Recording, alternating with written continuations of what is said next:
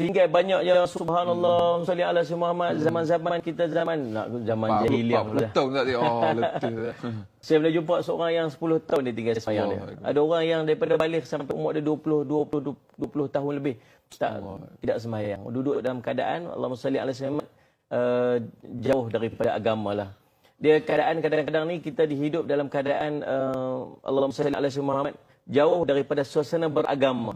Kalau ada subhanallah duduk dalam keadaan beragama, maksudnya mak dia semayang, ayah dia semayang, keluarga dia semayang, tendensi untuk dia meninggalkan semayang yang begitu banyak tu kurang sikit.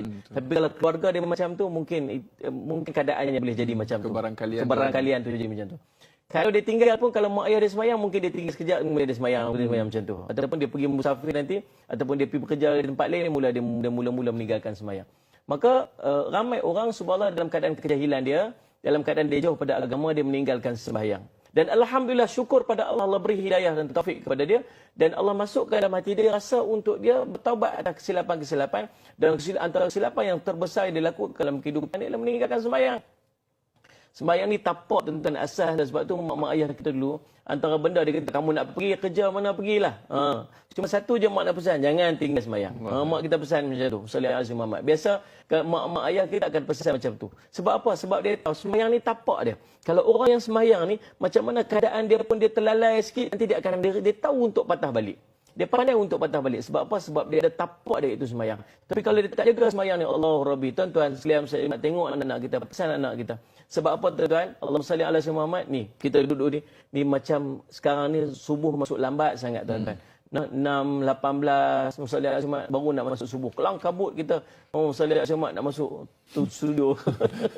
Tanya ustaz beritahu jangan keliru. Jadi subhanallah sayyidina tuan-tuan. Kadang-kadang disebabkan kita nak jaga anak kita nak pergi sekolah, kita mengabaikan sembahyang dia. Jaga tuan-tuan, jangan dia. Sebab Allahumma salli ala sayyidina Muhammad, orang yang tak sembahyang subuh, dia terlepas daripada jaminan Allah. Allah tak jaga dia, Allah tak pelihara dia. Nabi SAW sebut dalam satu hadis, Nabi SAW menyebutkan as-salatu nurun, was-salatu nurun, dan sembahyang itu cahaya.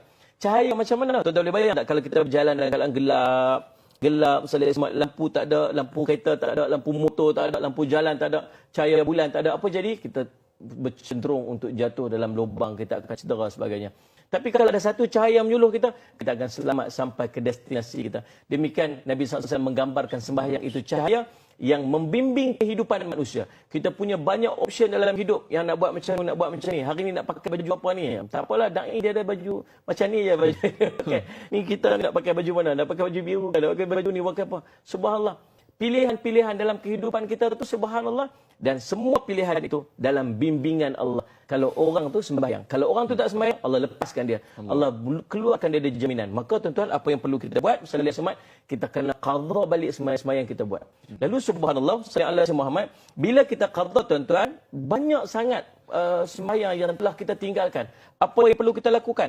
Maka tuan-tuan, Allahumma salli ala Muhammad, ulama pada mazhab Asy-Syafi'i menetapkan orang yang mempunyai terlalu banyak sembahyang yang ditinggalkan sehingga dia tidak tahu jumlahnya, maka hendaklah mengqadha sembahyang-sembahyang tersebut sehingga diyakini semuanya telah digantikan. Oleh itu, sesiapa yang meninggalkan sembahyang selama 20 atau 30 tahun wajib mengqadhanya sedikit demi sedikit berdasarkan kemampuan dia. Buat setakat mampu. 20 tahun. Macam mana nak qadha 20 tahun ni? Target nak qadha 40 tahun. Allah. 10 tahun tinggal ni, target nak qadha 20 tahun. Solat semak. Kalau nak 10 tahun tinggal, nak qadha 10 tahun, maksud kena buat 5 waktu sembahyang satu hari. Tak mampu kot. Maka ambil separuh-separuh. Sehari qadha 3 waktu. Sehari qadha 3. Plan siap-siap, buat perancangan macam mana nak bayar balik. Tiba-tiba dia meninggal dalam keadaan dia sedang membayar, belum sempurna pembayaran tersebut, maka dia sudah dikira oleh Allah mudah-mudahan sebagai orang yang sedang dalam proses untuk membayar hutang dia. Wallahu a'lam. Alhamdulillah, tiada panggilan sepenting